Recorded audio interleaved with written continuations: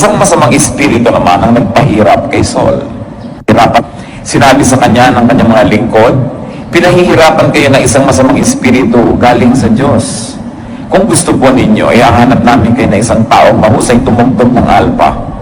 Kapag pinahihirapan kayo ng masamang espiritu, patugtugin nyo siya upang maaliw kayo. Sinabi ni Saul, sige, ihanap ninyo ako. Isa sa mga lingkod na naroon na nagsabi, si Jesse na isang taga Bethlehem ay may isang anak na magaling tumugtog. Siya po ay matapang na mandirigma, mahusay magsalita, at magandang lalaki. Nasa kanya si Yahweh. Kaya nagpadala nga ng sugo si Saul kay Jesse at ipinasabi, papuntahin mo sa akin ang anak mong si David, ang pastol ng iyong mga tupa. Ganun nga ang ginawa ni Jesse. Pinagdala pa niya si David ng isang sisidlang puno ng alak.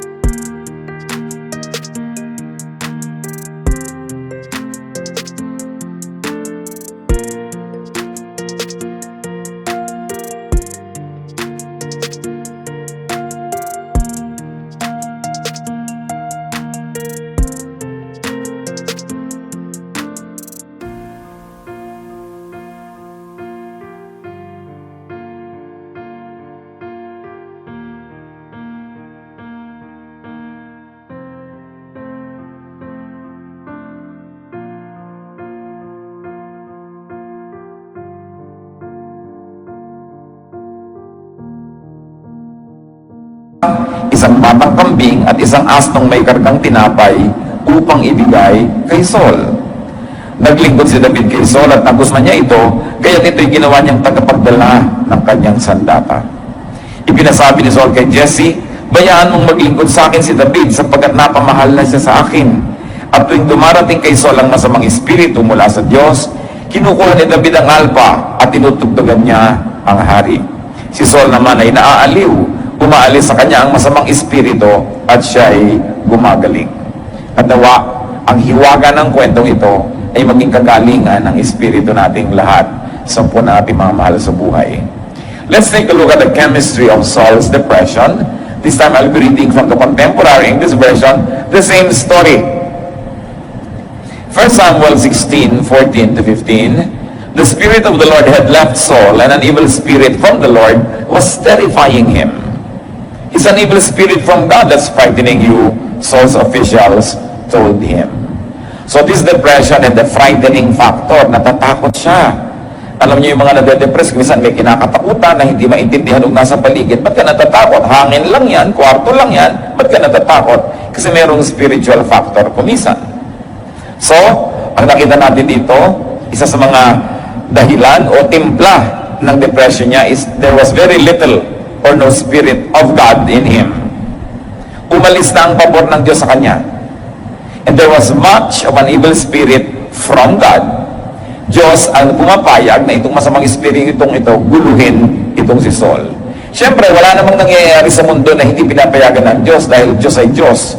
Pero hindi ibig sabihin na yun ang perfect will niya para sa tao, pero pinapayagan niya dahil kadalasan, yun ang hinihingi nung lifestyle nung tao. Halimbawa, na-aksidente ka dahil nagpapabaya ka o nagpabaya yung iba, napapayagan kasi yun ang ginagawa ng mga tao. Pero hindi naman sana yun ang perfect will ng Diyos para sa atin. We see here the giving, the departure and withdrawal of the evil spirit, and the arrival, the presence, and the terrorizing of an evil spirit from God. Here's an interesting, even a mysterious interplay of good and evil spirits. Now, take note that the absence of God's Spirit was replaced by the presence of an evil spirit from God. What do we learn from here? The departure of God's grace creates a vacuum that attracts the opposite force or power. Kung puspos ka na espiritu ng Diyos at umalis yun sa'yo, mabavacuum ka. At yung mga vacuum cleaner, bakit niya hinihitit ang dumi? Kasi a vacuum will always attract anything. At pagka nawala ang Espiritu ng Diyos sa tao, nagiging vacuum siya, hinihipit ng puso niya yung mga masasamang espiritong nasa paligid.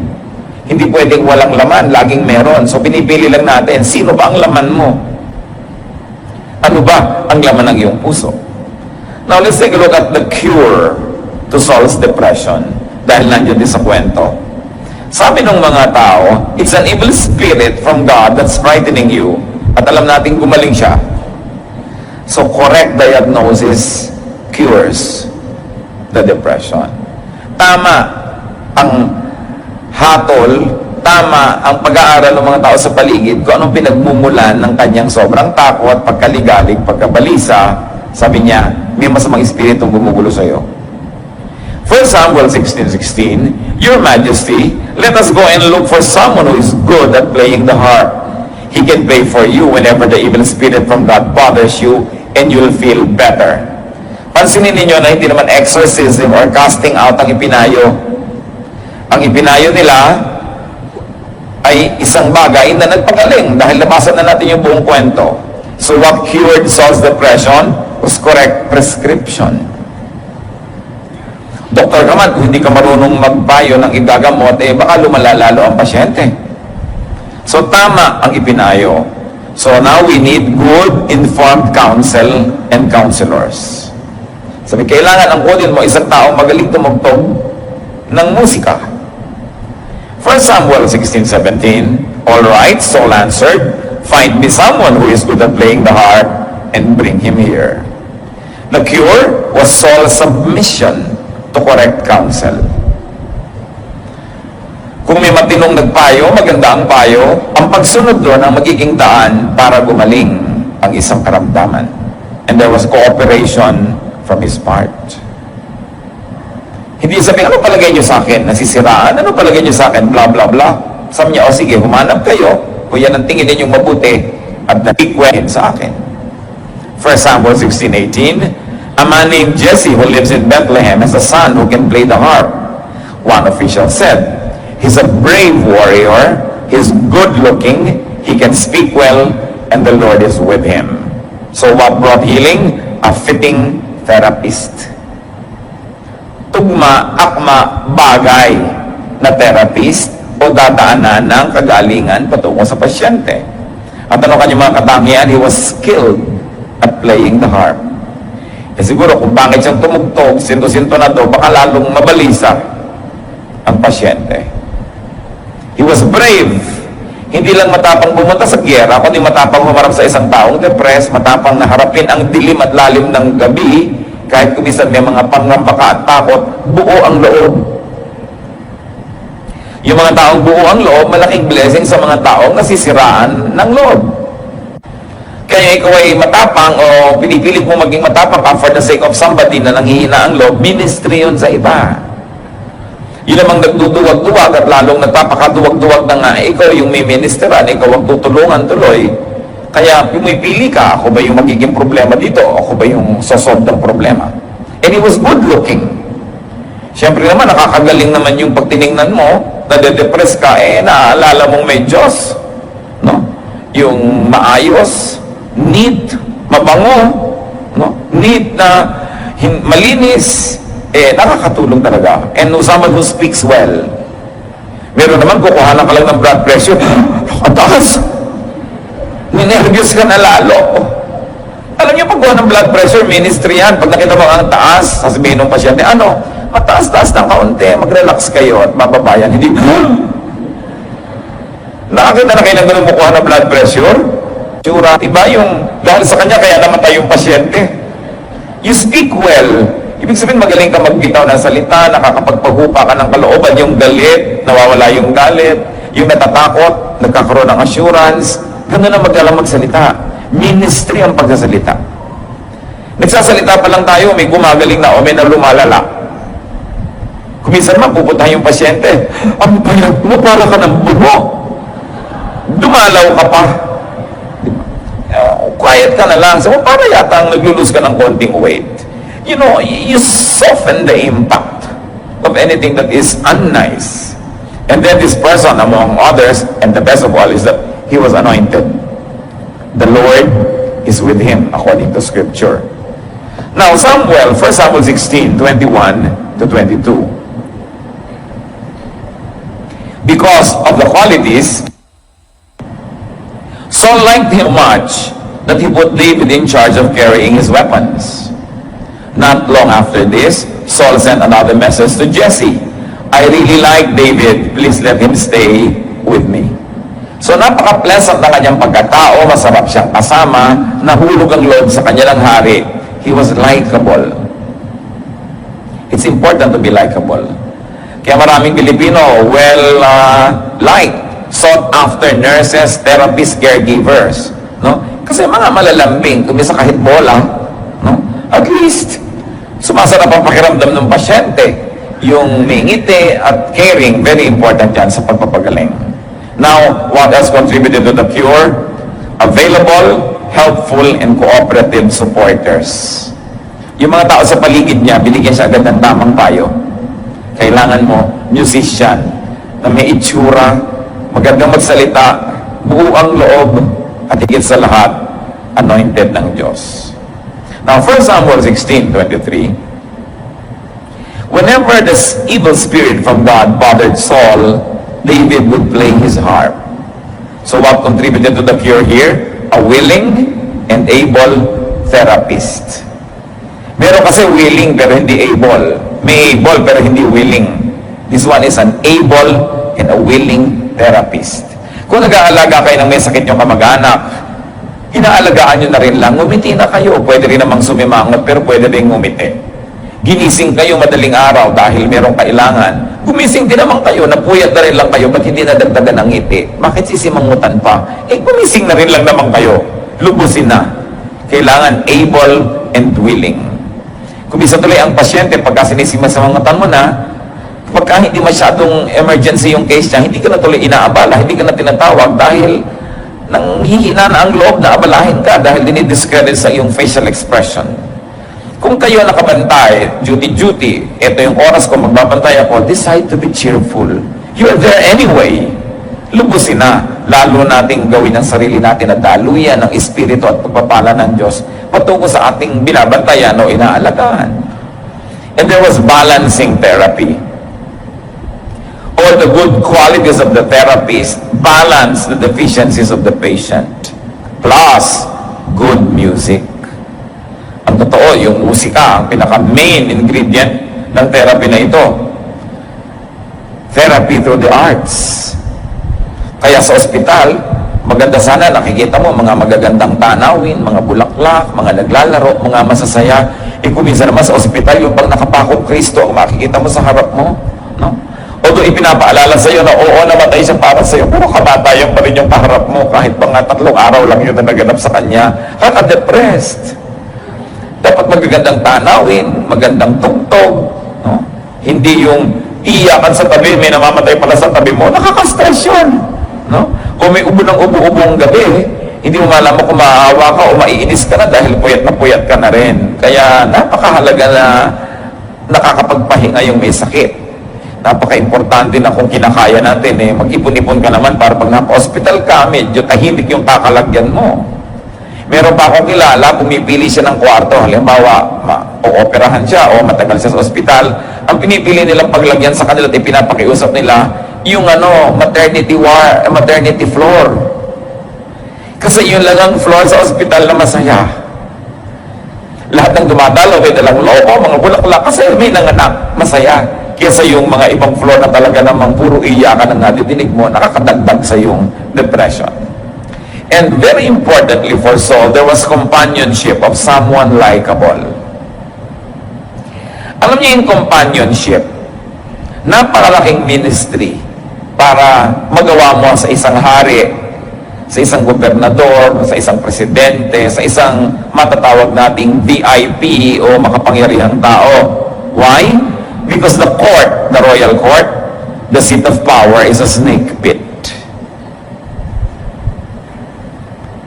Ang daming nakapaligid sa makapangyarihang tao na mga traidor. Ang daming nakapaligid na mga oportunista. Ang daming nakapaligid na ng bobola lang. Kumukuha lang sila ng gusto nila. So yung people at the top, those who are isolated need good, relaxing company. Kung ikaw ay taong makapangyarihan, sa yes mo o sa no, nabubuo na sisira ang mga pangarap. Sa yes mo o sa no, nagkakapera yun, nawawalan yun ng pera, napopromote yun, nade-demote yun. Halos wala ka na pagtiwalaan at hindi ka na makarelax kasi halos lahat ng taong lumalapit sa iyo, merong gustong makuha. At isa marahil yun sa nagdagdag sa depression ni Saul. Hindi naman siya sanay maging hari, hindi naman siya coming from the nobility, karaniwang tao lang, napiling maging hari. Tapos biglang nawala yung mga malalapit niyang mga kaibigan, nalagay siya sa royal court, naligid siya ng mga general, naligid siya ng mga ministro, na may kanilang mga agenda sa buhay, na-isolate ang mga tao makapangyarihan. Kaya kung ikaw ay kabilang sa mga mangilang-ngilan na at ease siya sa'yo, ministry yun. At yun ang nangyari, nahulog ang loob nitong si Saul kay David, at ease na siya. Kaya sabi niya sa tatay, huwag mo na munang tatawagin pabalik, ha, dito na muna siya, napamahal na sa akin.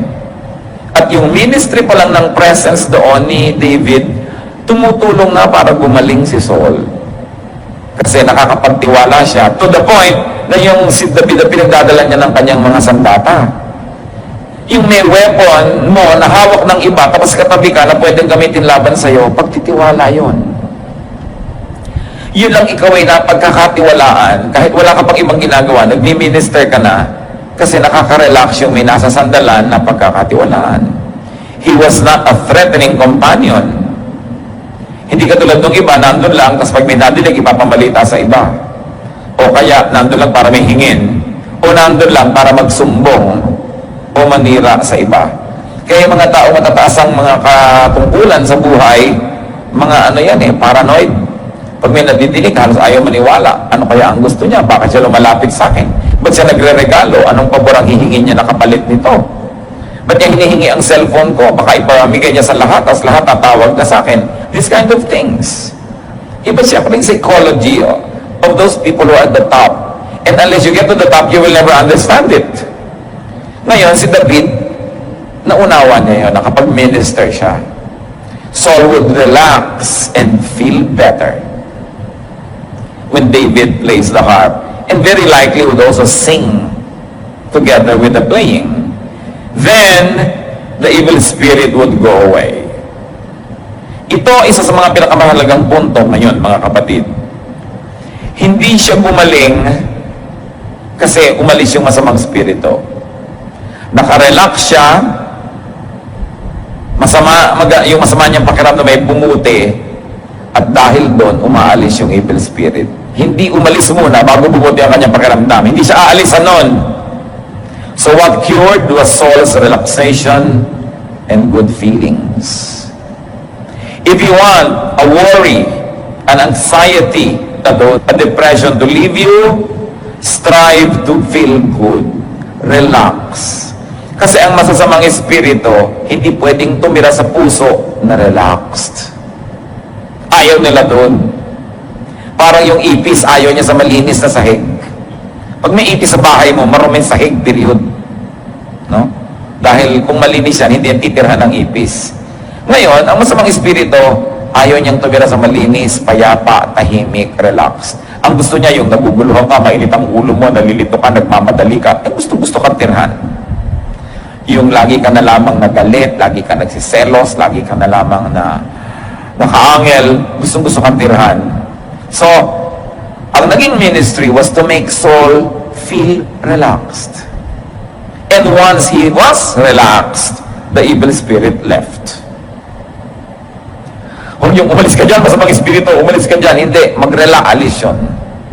The evil spirit from the Lord departs when and after Saul relaxes and feels better, not before. Isang malaking ministry na pag-relaxin mo ang kapwa. At isang malaking panggugulo sa tao, yung galitin mo siya, guluhin mo siya, sinisira mo yung kanyang kapayapaan, at pagsira yon, naiimbita ng kanyang kasiraan yung masamang espiritu.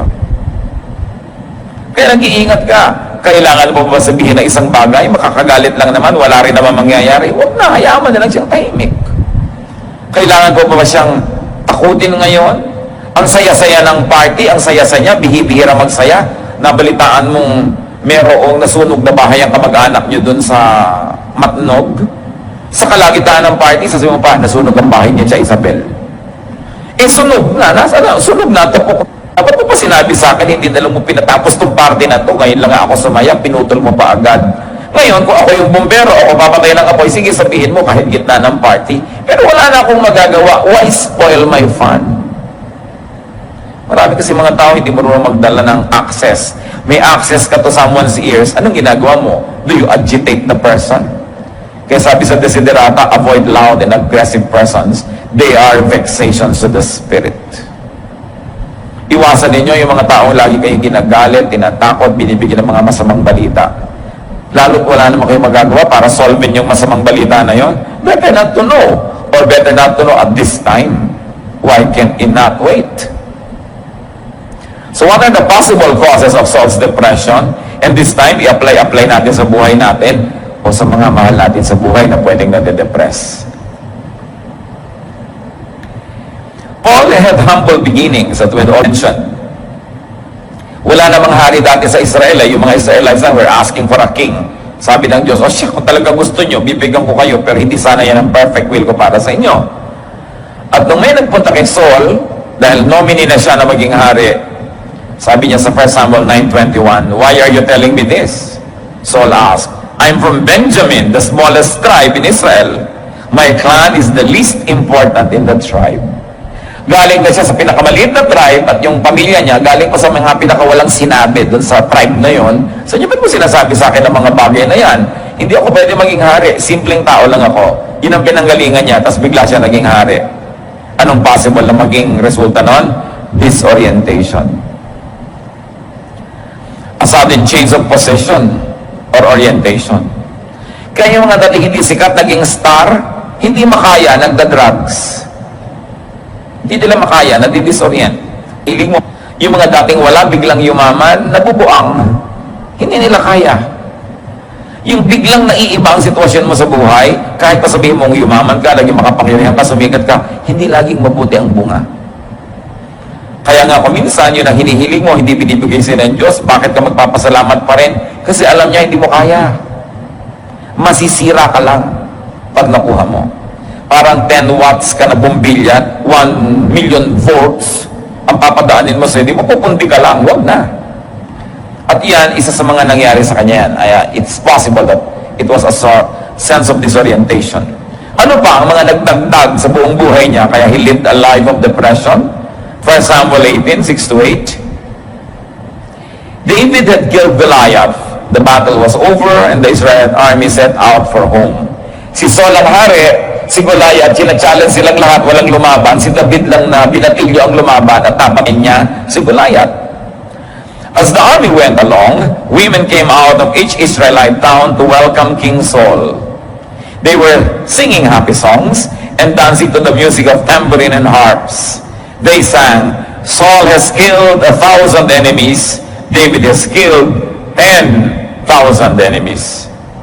This song made Saul very angry, and he thought, they are saying that David has killed 10 times more enemies than I ever did. Next, they will want to make him king. So another possibility why he became depressed was a jealousy and envy. Nagselos na siya kay David, nainggit pa siya sa mga accomplishment. Ito naman kasi mga babaeng ito, ang dami-daming makakanta. Di ba? Sila pinagbulan ng gulo na to eh. Saul, the king, has killed his 1,000. David has killed his tens of thousands. Hindi ka nga ba may insecure nun? Maraming ganyan mga kapatid, ha? Hindi ka man nainggit sa kapatid mo, may bahay na, ikaw wala pa. Yung mga ganyan mga pinsan. Sa office, napromote naman si napag-iwanan ka na, una ka pa dito dyan. Yung mga ganon, mga agents from hell. Dadating sa'yo, guguluhin ka, magiging uneasy ka, unhappy, jealous, and envious. Sabi sa akin, masamang espiritu, lumayo ka sa akin. Pag kami nang gaganyan sa inyo, dahil yun ang masamang espiritu. Nagsusulsol, nagpapainggit sa inyo. No? So, jealousy and envy can destroy a personality. 1 Samuel 18:1-4.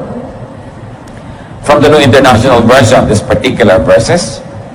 Si Jonathan, anak ni Haring Saul, crown prince, dapat siya ang magmamana ng trono, naging matalik na kaibigan pa ni David na pinagseselosan ng anong ama niyang hari.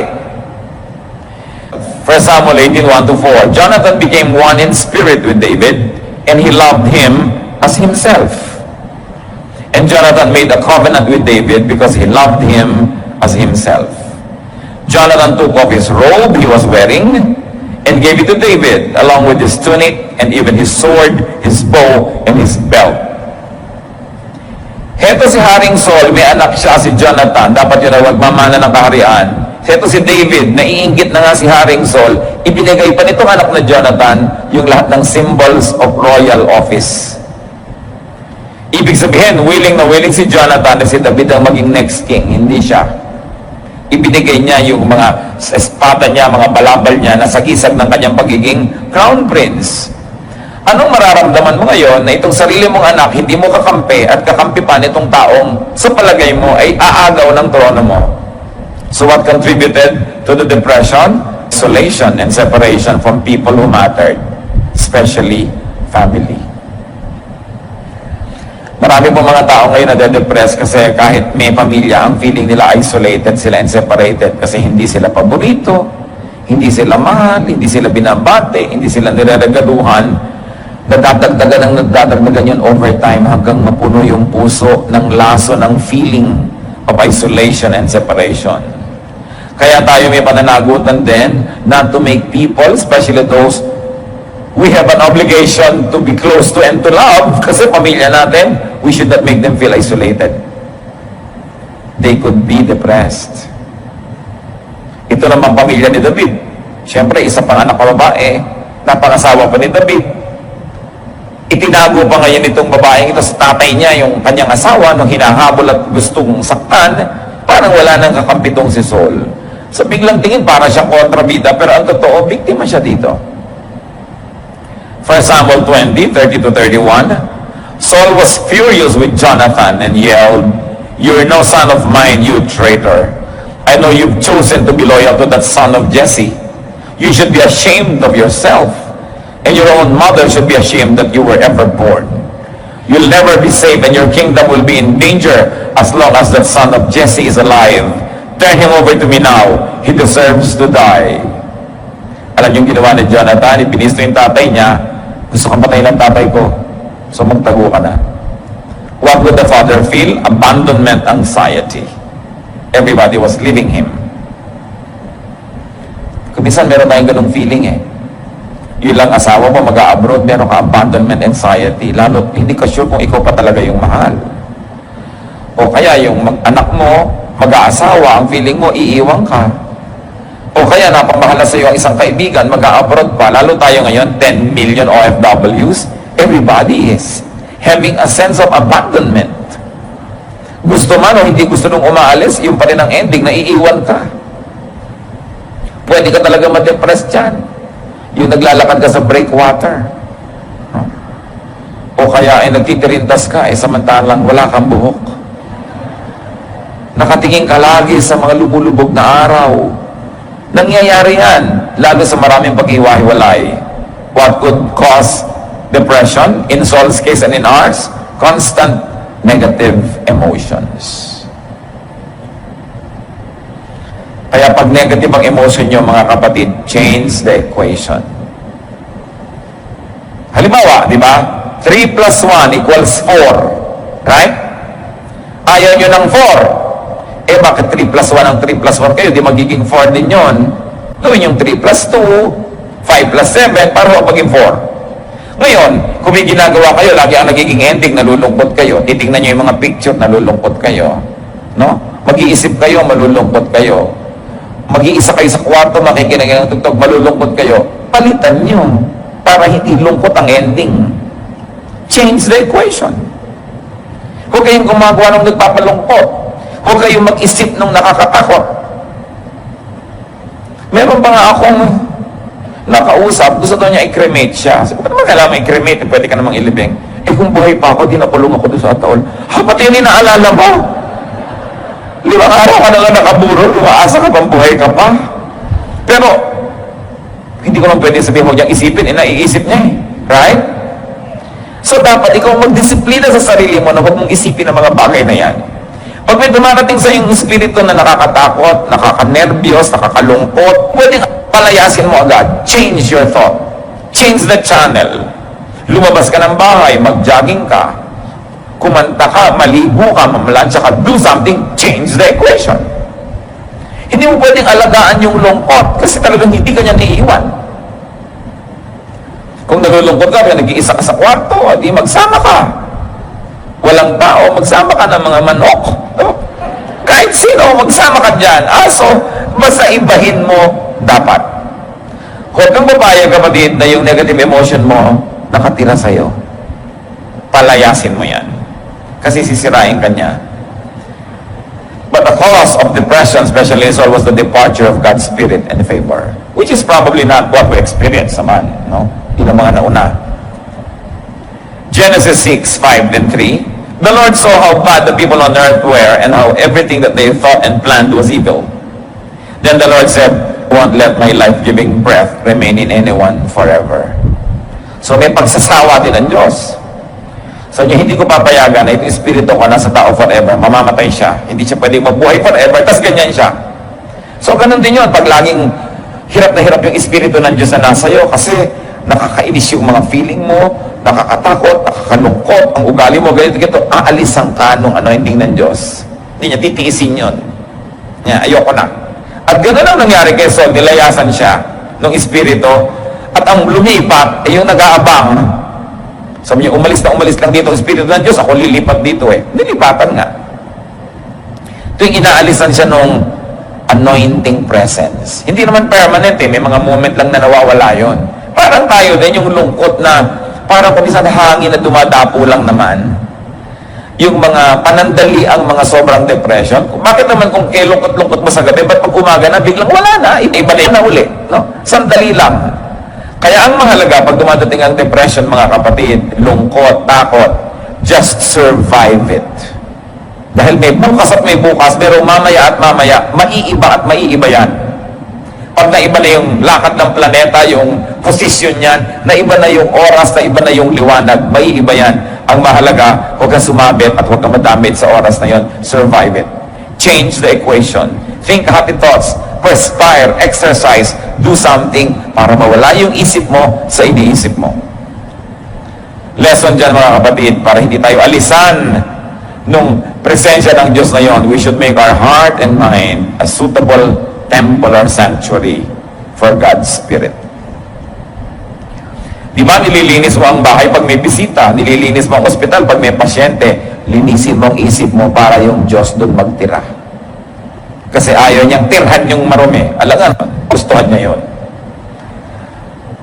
Could you or someone close to you be depressed? Could you or someone close to you be a candidate for depression? Ang dapat gawin, check your chemistry. Like we check the chemistry of Saul. Is there little or no Spirit of God? You know what you should do. Is there much of an evil spirit from God? You know what you should do. Be filled with God's Spirit. Ephesians 5:18, don't destroy yourself by getting drunk, but let the Spirit fill your life. Punuin mo ang puso mo, ang isip mo ng Espiritu ng Diyos, salita ng Diyos, mga awiting maka-Diyos, mga isiping malinis, mga hangaring maganda, lalayasan ka ng depression. Do not leave space for evil. Ephesians 4:27, don't give the devil a chance. Listen, brothers and sisters. Tuwing galit ka, nagsiselos, naiinggit, stressed, tense, you are giving the devil the chance. Kaya malapit ako magalit, teka muna, magre-relax ako, hindi ako magagalit. Kasi pag nagalit ako, sasamantala ng diablo. Kakapit. Kasi may nakakapitan. Alam niyo yung laro na agawan ng buko na niliguan ng langis? Diba? Ang hirap kasi wala ka makapitan. Ganun ang taong payapa, tahimik, malinis ang kalooban, hindi mahawakan ng diablo. Walang mahawakan eh. Pero tuwing kayo may galit, may inis, may sumpong, may kung ano, may mga lumalabas na mga parang hawakan dyan. Hawak na hawak ka, controlled ka. Kaya sabi, don't give the devil a foothold. Control yourself. Huwag ka magpapalit ay saya. Avoid disorientation. Kung sumisikat ka, yumayaman, stay grounded. Para hindi ka malito. Avoid jealousy and envy. Appreciate what God gives you. Appreciate what God gives to others. Avoid isolation and separation from people and family, which means we should be pleasant so people don't leave you. And very importantly for us who are not depressed, give companionship. Huwag niyong babaliwalain ang depression ng iba. Nalulungkot ako eh. Ba't ka naman nalulungkot? Ang saya-saya nga. Nalulungkot siya. Irespeto mo yung feeling niya. Hindi mo pwedeng baliwalain yon. Ba't ka natatakot sa ipis? Ipis lang yan. Tapos tatapakan mo may ipis, dudurug-durugin mo pa sa harap niya. Takot siya. Ikaw hindi. Pasalamat, hindi ka takot. He will never diminish or minimize the fears of others just because it is not your fear. Every feeling is valid even if it is not your feeling. Okay, bakit ka na in love dyan? Ang pangit-pangit. Sa in love siya, nagagandahan siya. Valid yung feeling niya kasi yun ang feeling niya. Huwag mong i-assign sa kanya ang feeling mo. Dadagdag ka lang sa depression niya. So, avoid negative emotions. Dapat disiplina eh. Negative emotion. Pagka merong maingay, hindi mo makontrol, sabi mo sa so the evil spirit could not come or stay. So the evil spirit would go away. Sabi ng desiderata, strive to be happy. Pagsikapan mo, ipaglaban mong maging masaya. Kasi pag masaya ka, siyempre hindi ka madedepress. Hindi ka madaling hawakan ng dyablo. Yung nalulungkot ang mas madaling i-manipulate. Kaya mga kapatid, let's be kind. May nagsasaya, hayaan natin. Hindi ko musintunado lang ang pagkanta niya ng My Way, babarilin mo na. Hayaan mo na. Di ba? Kaya nga siya kumakanta doon at hindi sa recording studio. Kasi doon lang siya kumanta. Pag may nagsasaya, pwede niyong pagbigyan nyo na. Hindi nyo naman alam kung napakaraming lungkot na pinagdanasan niya at ngayon lang sumaya eh. Iinisip mo pa. Discipline your mind to think of what makes you feel good. Parang yung kanta ni Julie Andrews sa pelikulang The Sound of Music, yung My Favorite Things. Sabi niya, when the bee stings, when the dog bites, when I'm feeling sad, sabi niya, I simply remember my favorite things and then I won't feel so bad. So isipin niyo yung mga ganon. Philippians 4:8, keep your minds on whatever is true, pure, right, holy, friendly, and proper. Don't ever stop thinking about what is truly worthwhile and worthy of praise. When you think of your husband, think of what is worthy of praise, not is what is worthy of criticism. Pwede kang pumili kung sasaya ka o lulungkot ka. Ecclesiastes 8:15, so I think we should get as much out of life as we possibly can. There is nothing better than to enjoy our food and drink and to have a good time. Then we can make it through this troublesome life that God has given us here on earth. Sabi ni Solomon, kung may kinakain ka, enjoyin mo. May iniinom ka, inumin mo ng may pasalamat. Have a good time whenever you can. That is the only way to survive this life, which can really, admittedly, be difficult. So, minimize the difficulty by maximizing what is good and happy. Proverbs 15:13, happiness makes you smile, sorrow can crush you. Pwede kang durugin, wasakin, sirain ng lungkot. So huwag ka makikipagkaibigan sa lungkot. James 4:7, surrender to God, resist the devil, and he will run from you. Sabi, iwasan mo lang, tanggihan mo. Aalis yan, hindi ka pwedeng pilitin ng demonyo. So, bakit nandito 3 araw na? Kasi pinapayagan mo. Pero pag tumanggi ka, hindi siya pwedeng pumili. Aalis at aalis siya. Resist the devil and he will run from you. Resist the evil spirit. Resist the temptation. Resist the sadness. Do not be a victim of your own imaginations. Meanwhile, those who are not depressed, be kind. Minister to those in the court, in the seat of power. Mahirap yung may mataas na posisyon. And when depressed, seek godly and correct diagnosis and prescription. Submit to good counsel. Find a fitting therapist. Hindi lang yung gusto mo, yung mabuti ang epekto sa iyo. A therapist who will help change your chemistry, especially emotional state and spirituality. Kailangan pinapalitan yung emotional state, basta negative. And let's all remember to be a fitting therapist ourselves. Strive to qualify to be a therapist.